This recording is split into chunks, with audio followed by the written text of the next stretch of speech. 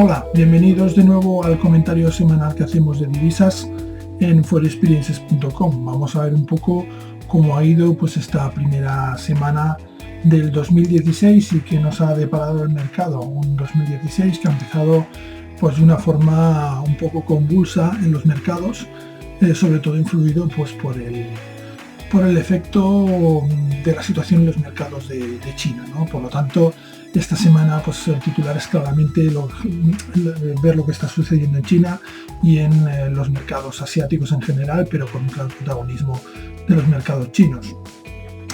La fuerte volatilidad que han experimentado estos mercados pues ha obligado al cierre de las bolsas y ha provocado pues un peligroso efecto dominó en el resto de la economía global.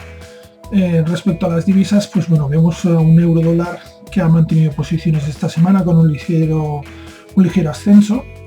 Los operadores pues han mantenido posiciones, incluso las han incrementado, tal como indicaban los principales actores del mercado y tal y como comentábamos la semana pasada con el análisis de los COT, que nos daban una lectura de un posible rebote en el euro dólar que nosotros esperamos que se siga produciendo. Es decir, creemos que este rebote no ha terminado, veremos si estamos en lo cierto.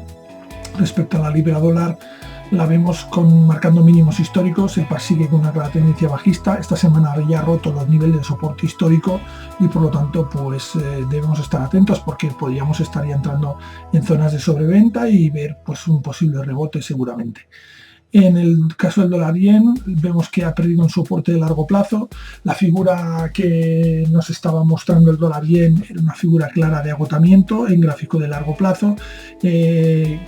Esta semana hemos visto cómo efectuaba esa rotura, cómo daba señal de venta, y veremos en las próximas semanas pues cómo evoluciona, pero realmente es una figura de desplazamiento largo y por lo tanto podríamos ver pues correcciones bastante importantes que nos podrían llevar a niveles de los 115-116 yenes, si no recuerdo mal, o 117 aproximadamente. Respecto al oro, pues está claro que esta semana los inversores, con la inestabilidad de los mercados asiáticos, sobre todo en China, pues han buscado refugio, ¿no? Y el metal, este metal precioso, pues es un refugio tradicional. Por lo tanto, pues hemos visto cómo ha habido un ascenso en su cotización durante esta semana. El dólar australiano sigue con una clara directriz bajista, ha seguido profundizando la caída y hemos tenido una semana con clara tendencia bajista. Y respecto a los mercados, al activo de la semana, pues hablaremos un poco por encima de la situación en China y el posible agotamiento que hay en corto plazo, ¿no? La semana pues ha sido importante el mercado chino. Ha habido dos episodios en los cuales ha habido que cerrar los mercados y por lo tanto pues ha causado problemas en la economía global, y esto sin duda para nosotros es un síntoma de la clara falta de madurez del sistema financiero chino y de los mercados chinos en general.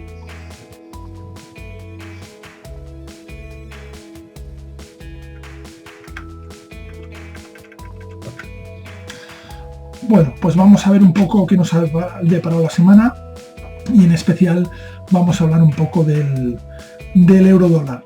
El euro dólar en 15 minutos vemos como esta semana pues empezó con descensos claros, nos efectuó después una figura de distribución de este descenso, una acumulación, y luego hemos visto cómo ha habido un ascenso que nos ha situado prácticamente al mismo nivel en el cual iniciamos la semana anterior, o un nivel un poco más elevado, ¿no? Estamos en niveles de 1,0924. El máximo a tener en cuenta es este de 0,940, que lo tenemos muy cerca, que lo podríamos superar en las primeras horas de apertura de la nueva sesión semanal.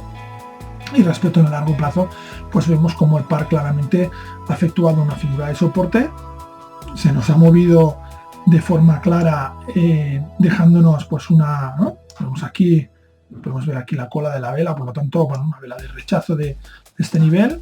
Se antoja que aquí tenemos un nivel muy claro en esta zona de 1,0862, una zona de soporte bastante clara, en la que coinciden los 5 últimos aperturas o cierres semanales. Por lo tanto es una zona muy a tener en cuenta en nuestra operativa diaria, ¿no? 1,0860 aproximadamente. A partir de aquí, pues bueno, podemos ver una estructura de desplazamiento lateral, aunque después de esta reacción pues no me extrañaría ver lo que nosotros estamos esperando, que es un rebote hasta quizás niveles de 1.12 posiblemente, donde sí que ya encontraría una resistencia bastante importante, siempre respetando esta figura de cuña incipiente que podemos ver aquí en el largo plazo. Respecto a la libra dólar, no hay mucho que decir. Vemos aquí como es una clara estructura bajista que la ha respetado en todo momento con una directriz muy buena que nos ha ido marcando el movimiento. Este movimiento sigue vigente, acabamos la semana en mínimos, niveles de 1.4516, y esto en el largo plazo nos deja una figura clara de rotura de esta zona de soporte histórica que veníamos respetando desde pues, el mínimo anual de 2015. Ya hemos roto ese mínimo anual y atención aquí pues tendríamos este nivel de 1.4502 que es un mínimo de 2010, pero el par en general tiene una estructura bajista bastante clara y está rompiendo esta figura de cuña que teníamos aquí por su zona inmediatamente inferior. Respecto al yen, podemos ver un yen también en franca tendencia bajista, una tendencia que claramente nos lleva a zonas pues bastante inferiores a las que había, nivel de 117,14 creo es, 0,24, lo que hablábamos, ¿no? Figura de rotura que decíamos esta semana pasada, hombro, cabeza, hombro, y hemos visto como ya nos ha marcado la rotura de la línea de cuello. Por lo tanto, esto hubiera sido una señal, en caso de los que hayan seguido la operación, es la señal de venta. Se activa la señal de venta, la caída es bastante profunda. Veremos si esta semana consigue romper esta pequeña zona de resistencia que le queda aquí, y en este caso pues miramos a niveles de, me había equivocado cuando os había dicho los precios, niveles de 109,15 prácticamente. Yo creo que es el nivel lógico que ir a buscar en caso de apoyo, contando que tardará unas cuantas semanas en llegar a este nivel y contando la curvatura, la convexidad de la media, pues bueno, podríamos estar hablando de niveles de 110, 111 yenes aproximadamente, donde podríamos encontrar el primer soporte. Respecto al dólar australiano, tenemos una semana claramente bajista, desde el principio hasta el final.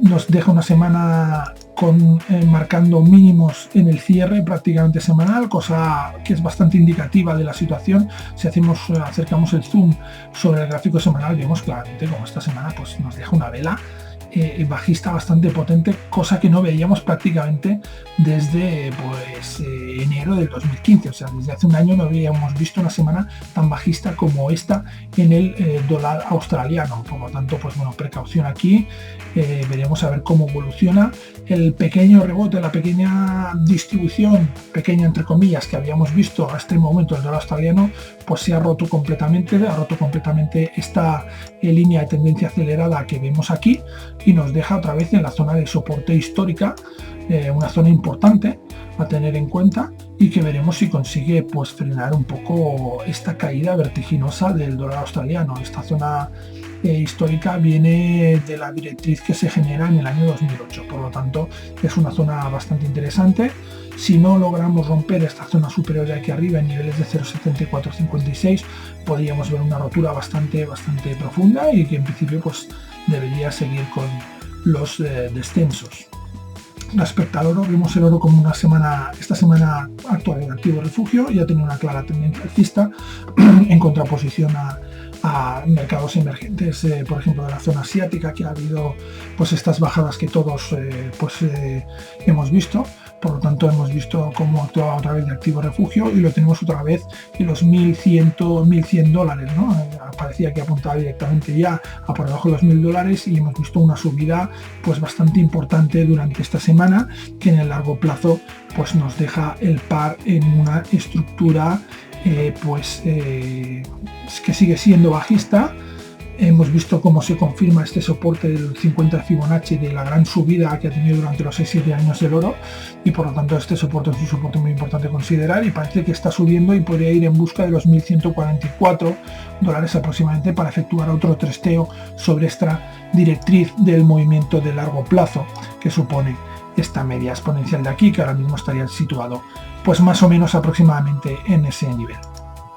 Respecto al petróleo, pues bueno, hemos tenido de nuevo una semana bajista, una semana en la cual se ha confirmado un poco lo que nosotros os dijimos la semana anterior.